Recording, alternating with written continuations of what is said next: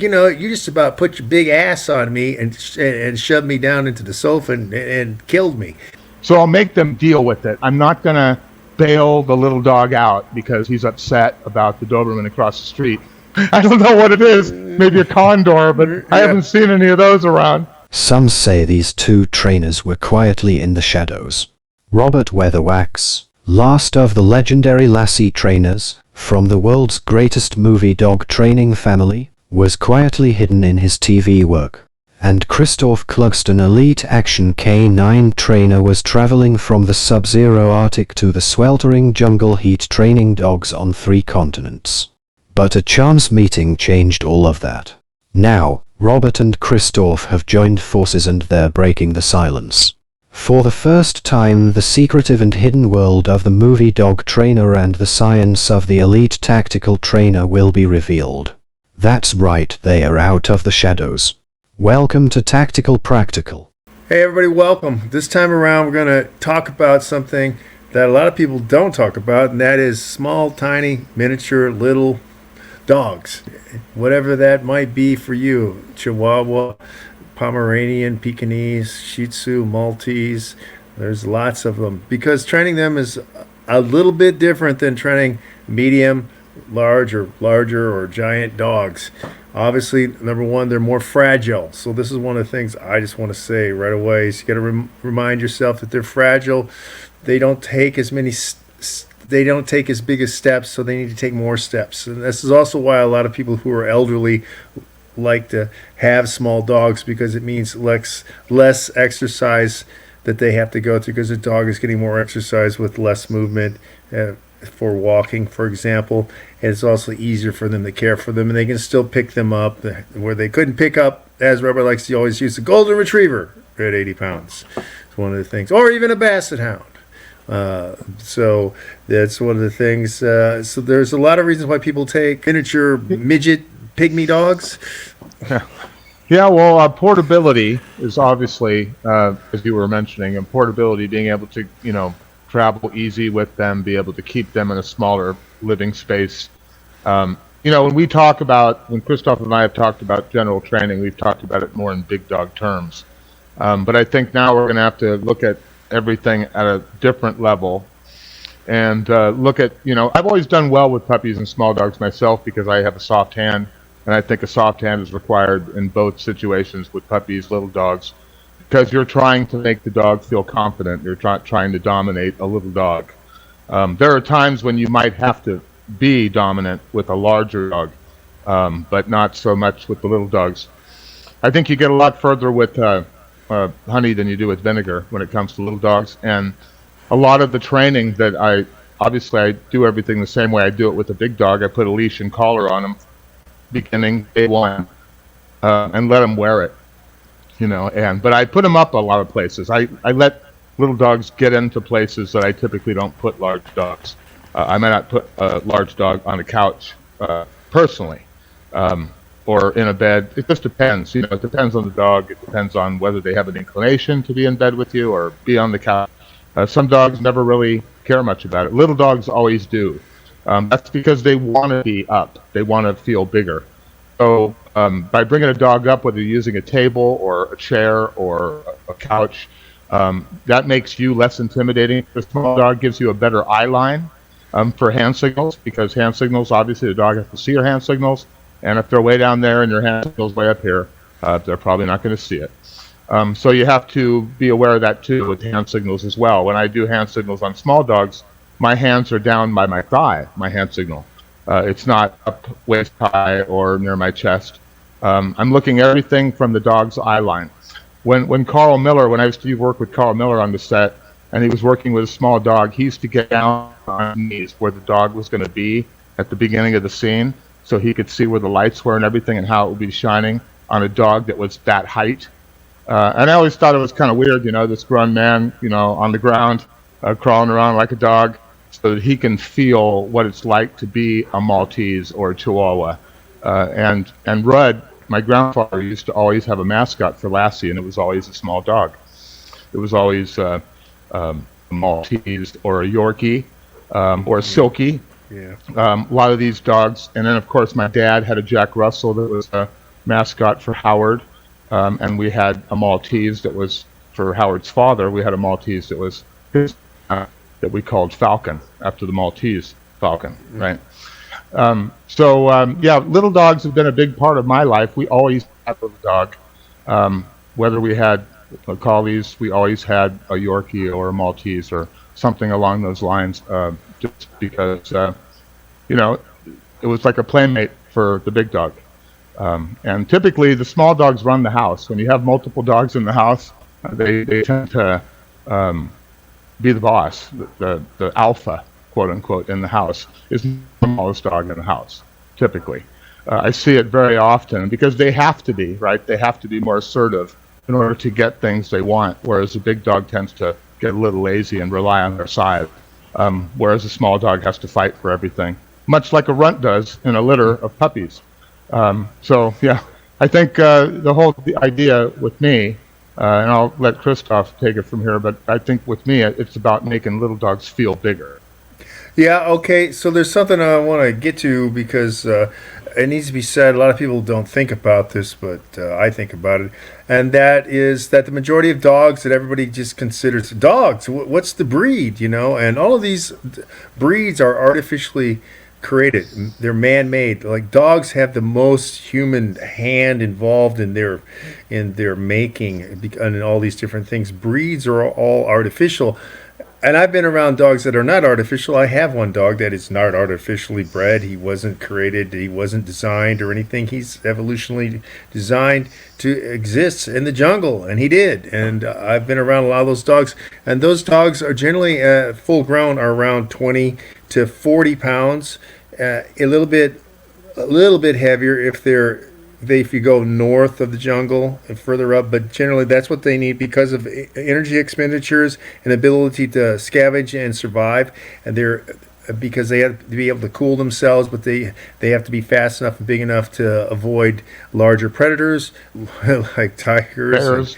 Yeah, everything actually in the jungle. I mean, there's a lot of things. They're smart too.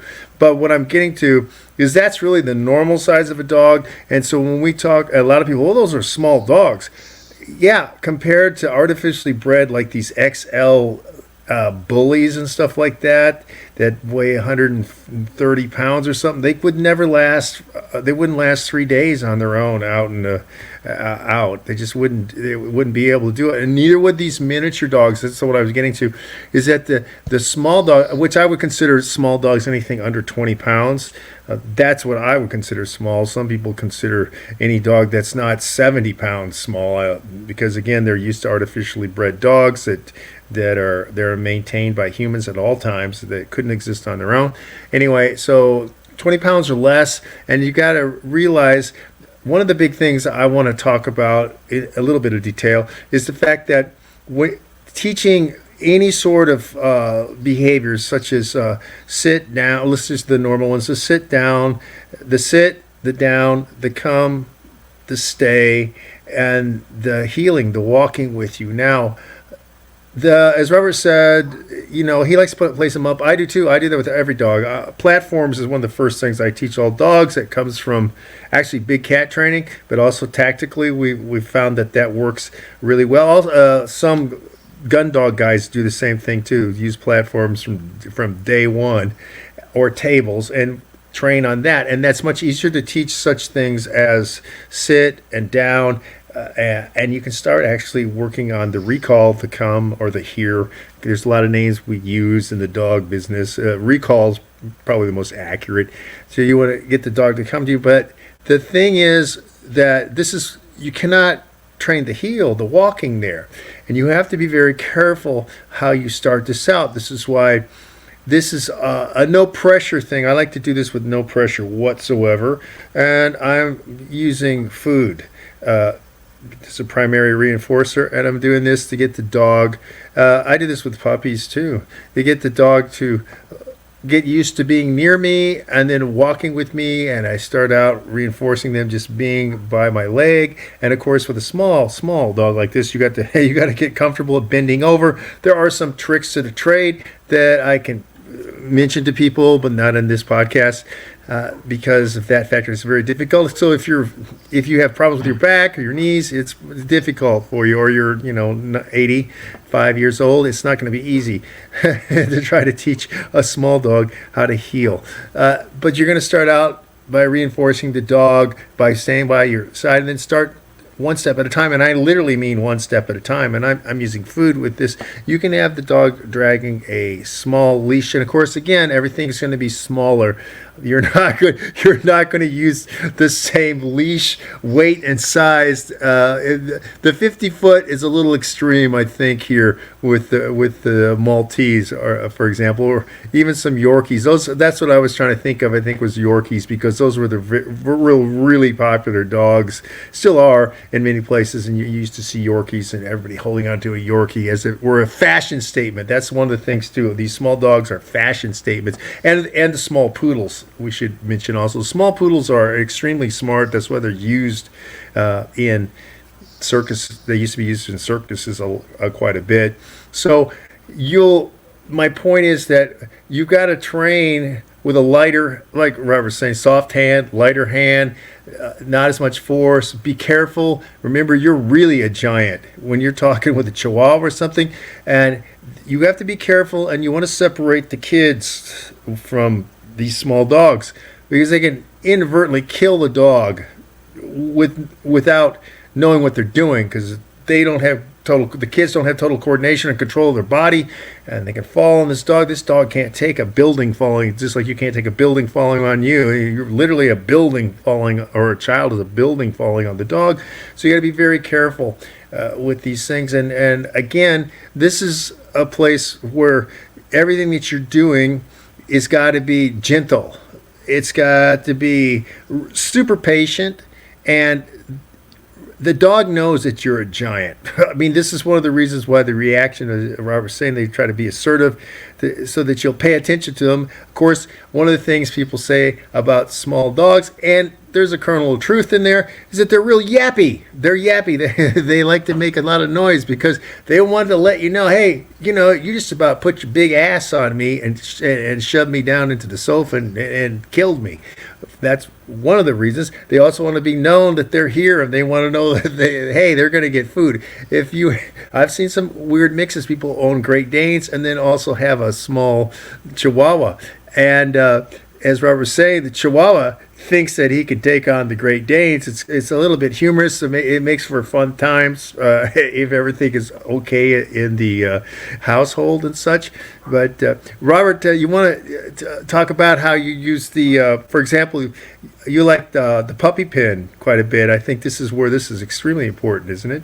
Well, I mean, obviously, when you get a dog some dogs you get after 3 years old and they still haven't been housebroken properly. Yeah. So small dogs give you a lot more flexibility when you have a dog that just was never really taught how to be housebroken, and maybe they're a little bit traumatized, so they're doing things in the house that they can't really control. And this happens a lot. I see dogs that it takes them a while to settle into a home. And I think you're trying to build up confidence. And the puppy pen can be used, obviously, for an adult dog who's small for housebreaking, whereas you can't really do that, like we say, with the Great Dane or a Golden Retriever, Saint Bernard, whatever. It's just not practical. They'll just walk right through it, or they'll jump over it. And of course, another thing Christoph mentioned, that line between big dogs, small dogs. I mean, Rudd called them all little dogs, and basically little dogs were everything that wasn't a collie. Those were little dogs. But in the real world, I think of them as smaller dogs, and I think of mid-sized dogs. Yeah. Typically in the Australian cattle dog, border collie, in that range. Like what Christoph was mentioning, I don't work with jungle dogs myself. When I'm thinking of predators, I'm not thinking of tigers and lions. I'm thinking of bears, right? Because I've been in Alaska, but I've never been to Africa with dogs. And of course, small dogs, you have that relationship with a large dog in the household. A lot of people have a big dog who likes to play rough and a small dog who maybe doesn't like to play as much or likes to play more on his or her terms. So a lot of times I end up teaching a large dog and a small dog to kind of respect each other's space. So I do a lot of training with them on separate marks where they can't be with each other, but they have to be around each other working and teaching them to walk together. Like you say, it's tougher to teach a small dog to walk, but it helps if you can use a curb or something, a fence, to funnel that dog alongside you. So at least you're using the landscape to your advantage. You want to. I mean, most of the time when I walk dogs down the street, I tend to, whether they're big or small, I tend to give them the side, whether they walk on the left or they walk on the right, I tend to give them the side that has the grass on that side. So that I release them at a certain point. I'm not tripping all over them if I'm 85 years old. But if I want to release them and get them out there to where they can go to the bathroom, all those things that you teach a little dog, it's going to be easier because, for example, putting their head down. After you teach them lie down, you're going to want to teach them to put their head down. Well, if you don't put them up on something, you're ending up pushing their head down. When you can put them on the edge of a chair or something, and you can actually induce their head, bring it down with a piece of food, as opposed to pushing the dog's head down, which I see trainers doing all the time. I just don't think it's necessary. I think if you can get a dog, especially a small dog, to do something willingly, it's more beneficial than it is even with a big dog. Because I think that a little dog has to be, they're kind of cat-like in some ways, whereas they really have to be on board with what you're doing. And you have to make them feel like they're a big dog and that because like Christoph said, a child or a big dog could fall on a small dog and injure them severely. So you have to teach everybody to respect each other's space, whether it's children, small dogs, big dogs.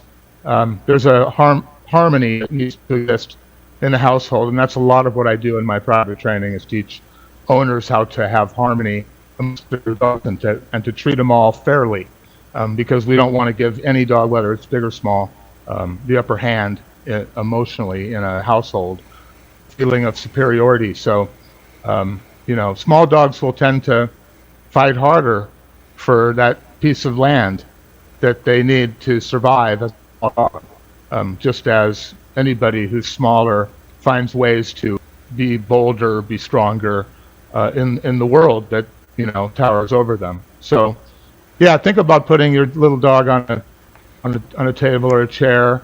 Yeah, it's another way to confine a smaller dog, whether you're doing it on the ground in a puppy pen for housebreaking, or you're doing it on a table so that you can teach them to turn to the right and do all the little circus tricks. Because that's, Frank N. taught Benji how to do all of his tricks on the table of his wheelchair. So if Frank N. can train a dog on his wheelchair, you can certainly find a place to put your little dog to teach him all those things that you teach a big dog on the ground. I mean, I'm not saying you can't teach a big dog to do things raised up, but to me it's not as necessary as it is with small dogs, because they need the confidence more than a big dog does typically. Wouldn't you agree, Christoph? Yeah, Frank Ann is a good example of working with Benji. Everybody should know Benji. You just take a look, you'll find some of the movies for free. I don't think all of them, but I think you can see the first one definitely for free now, and it's great. It's great dog work, incredible dog work. And what I wanted to get back to, though, just to fill everybody in, actually give them something more, because we give out a lot in these talks, and actually sometimes we cover. If you just got to pay attention, though, we don't exactly just do it in recipe fashion, step 1, 2, 3, 4, 5. But if you listen to it all and go through and take notes and coalesce everything we're saying, we do give out how to do a lot of behaviors. And I'm gonna add to what Robert was talking about when training a little dog to do healing. And this is something that many of the very, very old, now all dead, movie trainers we're doing. Carl Spitz, Hans Tusuti, who's another German. There was 4 Germans that came over that influenced a whole generation of dog trainers in the United States. Anyway, what I'm getting to, and they didn't just do this with small dogs; they did it with all their dogs, which I find a little strange because I don't need it. But This is to, as Robert was saying, get the dog used to walking on your side, whichever side you want, left or right. Center is a different story, but left or right. And they would use a wall or a fence and constantly practice with the dog, with that dog just walking where the dog is between you and the wall or you and the fence. They would just constantly practice that. I mean, constantly practice that. So the dog got used to staying in this area without veering and going off and stuff like that. Now with a small dog inside your house, it's a lot easier because everything is much bigger for much wider, much longer, bigger spaces, so that if you have a hallway, you can teach a Chihuahua this in your hallway in your house very easily. Just keep going. Because again, one of the things that we got to reiterate is that a lot of this is like everything else, anything that you would do sports-wise, is drilling. It's just drilling, practice. Like, do you know how many times that I thrown punches in my life? I mean, geez, but you go back every day. And you're still practicing jabs, and you're throwing jabs like 5 million times because you're trying to perfect it. Same thing with this. It's constantly. We got to say that because a lot of times you see some of the things we do and you're like, boom, we get results. Yeah, because we've been doing it a really long time, but those aren't perfected completely our best level. But we can get results, and then boom, So a lot of times people don't realize that you got to continue it, and I just want to throw that in. With small dogs, it's much easier to practice, and it's much easier to get in all these training things, and that's one of the reasons why they can do a lot of tricks. Like we talked about another episode. Don't try to teach a big dog small dog tricks, but if you got a small dog, then you can do all sorts of the stuff if you want to. Like you can teach them how to push a little baby carriage around. They can ride on a skateboard. My monster bulldog was working on that, but I don't have the skateboard big enough. I need a surfboard, guys. He gets the idea and everything, but he's just huge. It's like Godzilla trying to ride around on a motor scooter. It's not going to work, So anyway, I don't have a prop department that I need to build a damn skateboard for him, because he can do it. But anyway, what I'm getting to, though, these small dogs, you can come up with all sorts of ideas and all sorts of little things, and that's what. And then touching that back to Frank Inn, he created ideas about things like that. One of the famous things was pulling the bucket or the rope up, right, Robert? That trick, which Benji doing. He had another dog, I think, do that too, also, right? But that is not an easy trick. I mean, that's not an easy gag, however you want to phrase it. But anyway, yeah, Robert, I throwing that in there just to give people more ideas. But I mean, there's a lot of things you can do with small dogs you can't do with big dogs, right? Absolutely, and Frank Inn, I always bring his name up because he was a protege of my grandfather's, as were a lot of those people who are mentioned in my book, like Carl Miller and my father, and they were all had working relations in the industry over the years in different capacities. And another thing I should bring up about little dogs in particular is when you're out in the street, and I see it happen a lot where their dog barks or something and they pick up the dog. A lot of times that barking, just because you can pick up a dog doesn't mean you necessarily should. When you pick up a dog because they're barking or misbehaving, you're bailing them out. You're teaching them that they can just, request to be opt out of the situation. Whereas you wouldn't do that with a big dog, so why would you do it with a small dog? So when I have a dog, the little dog that's like Christoph said, they're yappers. If they're yapping at other dogs across the street and stuff like that, I'll use my foot, maybe tap them with my foot, or give them a little shove to where it turns their body just slightly. And then if they look back at me, I'll reward them. So I'll make them deal with it. I'm not going to bail the little dog out because he's upset about the Doberman across the street. He has to deal with it. I'm not going to pick up the dog just because I can. Another thing that you should be aware of is that when you're walking down trails and things and you see a pit bull or another dangerous, in your eyes, dog coming down the walkway and a narrow path, don't pick up your dog. It just makes them a bigger target, especially for dogs that are a little aggressive to begin with. You can use your body to shield your dog or whatever if you feel uptight about it, because I see this all the time. And I tell them, I say, you're making your dog a bigger target by picking them up, and then if you just, walk them off to the side. That's just some safety precautions when you're dealing with little dogs, because, it only takes, one moment, walking down a trail, and before you know it, your little dog's in another dog's mouth.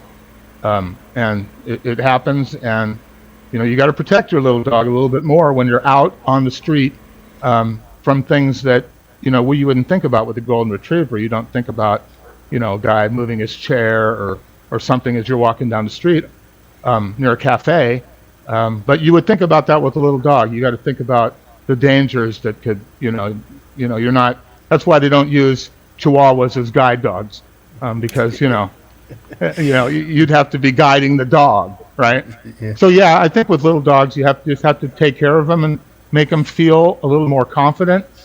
And that's what I've always been really good at with dogs, is taking soft or spooky or nervous dogs and making them feel more comfortable, more relaxed, more like they know what to expect.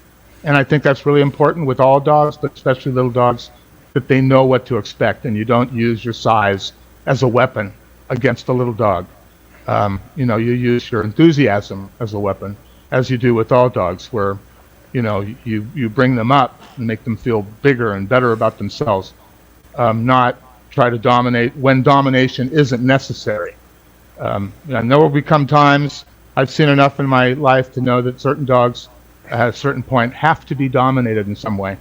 But as a general rule, no, I don't. It doesn't really come into my training that often, where domination is absolutely necessary. Some may disagree with me, but I try to go with the soft approach, and then tighten the screws later if necessary. Not start from the top and go to the bottom, but the bottom to the top. Wouldn't you say, Christoph? Yeah, well, there's some things that come to mind from listening to you, and it goes back to what I was talking about earlier about the dogs and the different artificially bred and stuff like that, or they all are, pretty much all these breeds are, and I should clarify this, because this is some of the things we're talking about, and it goes back to some of the other podcasts we've had. So check them all out. By the way, people, just there's a lot of information that we've spewed for quite a while now. But that is that these dogs were artificially bred to be.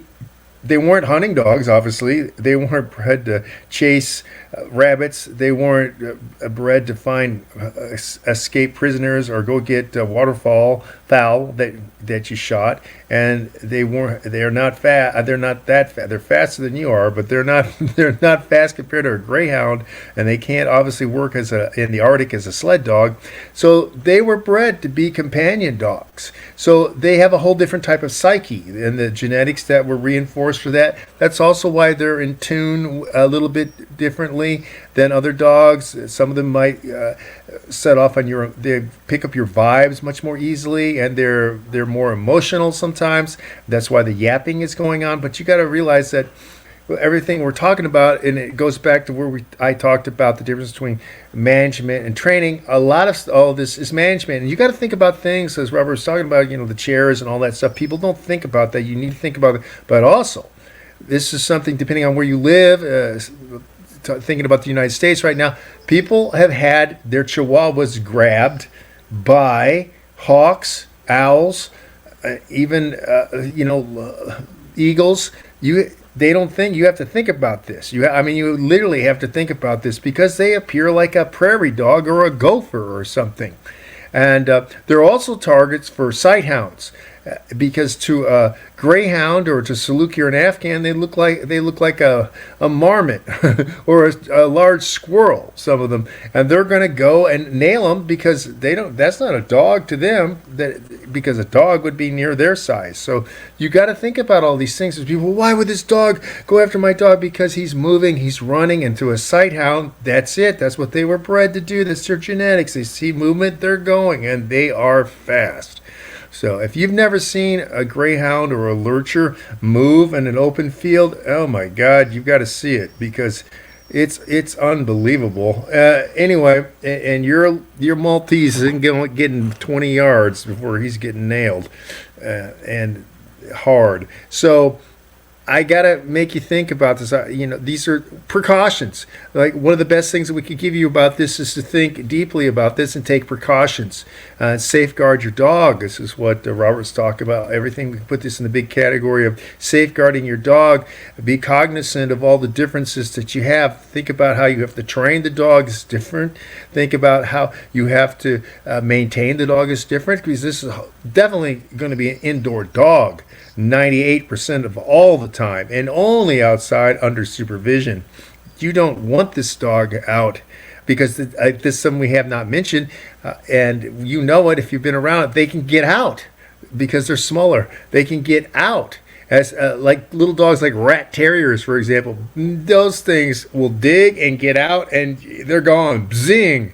So, and they can get through narrow little grates in your fencing, or underneath where you think, oh yeah, well my German Shepherd can't get out. Yeah, of course your German Shepherd can't get out that way, but the rat terrier can. So you've got to think about all these things and take precautions and care about your dog greatly.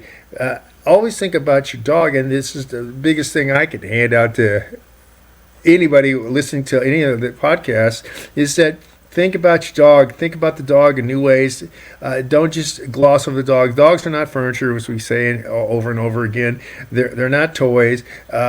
They are something that you have to pay attention to. And that's what I have to say. That I think if you keep that in mind, and then you instigate some of the training techniques that we've talked about, and then listen to some of the other things we've said, and if clarification again, get a consult with one of us, and we can delve into it stronger. Or if you're around, you can also close to us. I mean, you can do private instructions, but I think that's I would say it's all about precaution, isn't it, Robert? Yeah. Absolutely. I mean, and a lot of people will say, well, my dog, I'm not too worried about them being outside because it's daytime, like only night critters like coyotes and owls are going to get them. No, like you mentioned, hawks.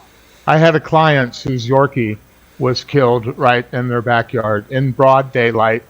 They were even home. The dog wasn't at home by himself. He just in the backyard unsupervised, and a hawk came down and got him within minutes.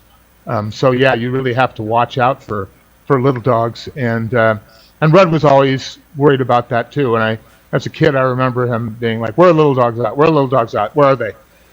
Because he wanted to make sure that they were accounted for.